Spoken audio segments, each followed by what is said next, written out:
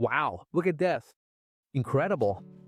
Look at how many roots it has grown. Well, today I'm going to show you how to clone lemon trees, avocados, apple trees, and many other fruit trees using just a simple plastic bottle, perlite, and a system that basically waters itself. The best part is that it's practically free, and you can do it right now from home. And when you see how easy it is, you'll wonder why you haven't tried it before. Let's get started right now. The first thing we're going to do is grab a plastic bottle. The size doesn't matter at all. I'm going to use this one, but you can use pretty much any bottle. Now we're going to make a small hole on the side, about 2.5 centimeters from the base, which is basically 1 inch. And pay attention because this hole is one of the keys to the whole system. And we're going to do it like this.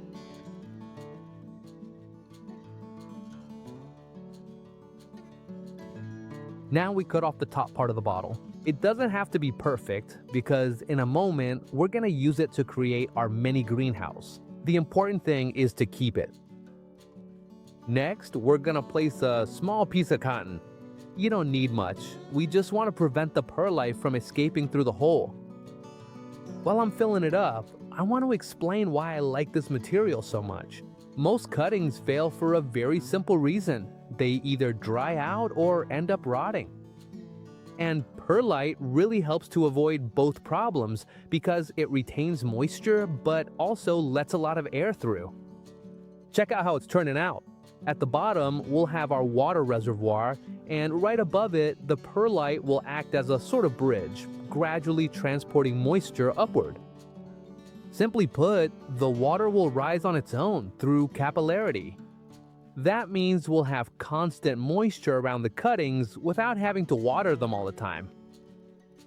Now, let's move on to the stars of the video. In this case, I'm going to use a lemon tree cutting, an avocado cutting, and an apple tree cutting. I chose these 3 varieties because they represent different situations. The lemon tree usually responds pretty well, the apple tree starts to get a bit trickier, and the avocado is one of those fruit trees that a lot of people consider difficult. That's exactly why I like to show them together. The first thing is to make a clean cut. There's no need to do anything weird. A clean cut and a well-sharpened tool are usually more important than a lot of the tricks you see online. Next, we're gonna remove the lower leaves. Remember, we still don't have roots and we don't want the plant to lose more water than necessary during these first few days. Now let's prepare the base of the cutting. I'm gonna apply a bit of aloe vera directly to the cut area. Aloe vera contains natural compounds that help keep this part hydrated and also provide substances that can be beneficial during the early stages of rooting.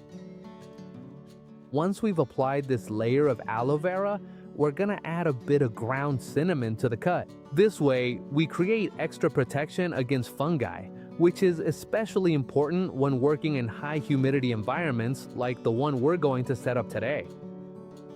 Once this is done, it's time to hydrate the system.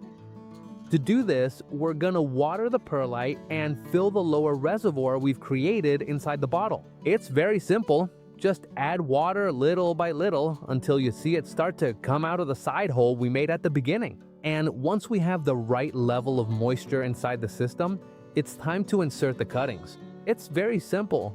Just gently stick them into the perlite until the base of the cutting is roughly at the same height as the side hole we made earlier. There's no need to bury them too deep. The important thing is that they're held firmly in place and have enough contact with the perlite to take advantage of all the moisture that will rise through capillarity. Do you remember the top part of the bottle that we cut earlier and said would be used to create the mini greenhouse? Well, before closing it, we're gonna do a very important step. We're gonna prepare a natural fungicide that's extremely easy to make, eco-friendly, inexpensive, and very effective to help us prevent the appearance of fungi during the first few weeks, which are usually the most delicate part of the whole process.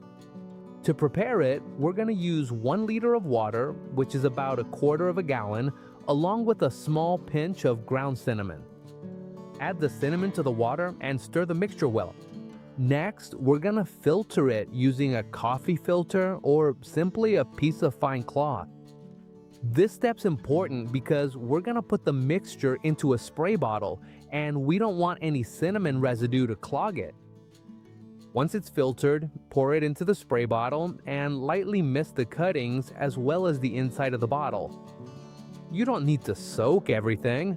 We just want to create a protective layer that helps minimize the appearance of fungus during the rooting process. And now, once that's done, we put the top part of the bottle back on. Once it's in place, our system is completely finished and fully functional.